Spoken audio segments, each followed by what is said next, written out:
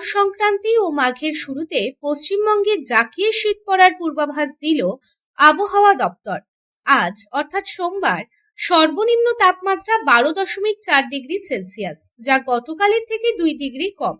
জানা যাচ্ছে আগামীকাল আরও নামতে পারে পারদ। গত কয়েকদিন তাপমাত্রা সামান্য বাড়লেও আগামী দুদিন তাপমাত্রা আরও কিছুটা কমতে পারে বলে জানা গেছে।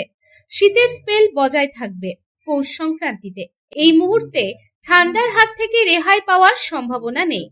আগামী দুদিন দক্ষিণবঙ্গে রাতের তাপমাত্রা আরো 2 থেকে 3 ডিগ্রি সেলসিয়াস কমতে পারে। একই সাথে উত্তরবঙ্গেও আগামী 7 দিনের রাতের তাপমাত্রায় খুব একটা হেরফের হবে না। দার্জিলিং এর এলাকায় তাপমাত্রা থাকবে 4 ডিগ্রি সেলসিয়াস এবং অন্যান্য জেলায় থাকবে 8 থেকে 11 ডিগ্রি সেলসিয়াস। তবে রাজ্য জুড়ে কুয়াশার সতর্কতা রয়েছে। দক্ষিণবঙ্গের জেলাগুলিতে হালকা থেকে মাঝারি কুয়াশা থাকবে, যার ফলে দৃশ্যমানতা কমতে পারে 999 মিটার থেকে 200 মিটার পর্যন্ত। উত্তরের জেলাগুলিতে ঘন কুয়াশার সতর্কতা জারি করা হয়েছে।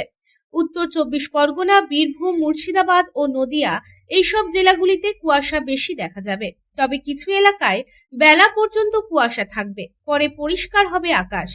আবহাওয়া দপ্তরের সূত্র অনুযায়ী দক্ষিণ বঙ্গোপসাগরে তৈরি হওয়া নিম্নচাপ গভীর নিম্নচাপে পরিণত হয়েছে, যা ধীরে ধীরে পশ্চিম ও উত্তর পশ্চিম দিকে অগ্রসর হবে, যদিও এর সরাসরি কোনো প্রভাব এ রাজ্যে পড়বে না।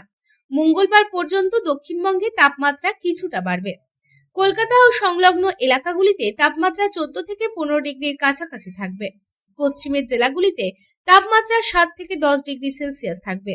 বুধবার মকর সংক্রান্তির দিন পারদ অনেকটা নামতে পারে। Bureau report, public Times.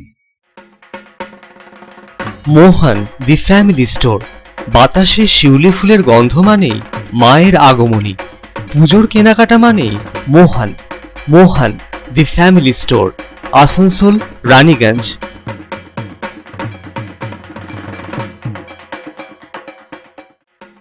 Durga Puja हो या दीपावली या हो कोई भी उत्सव, कपड़ों की खरीदारी के लिए आपकी पहली पसंद मोहन दी फैमिली स्टोर।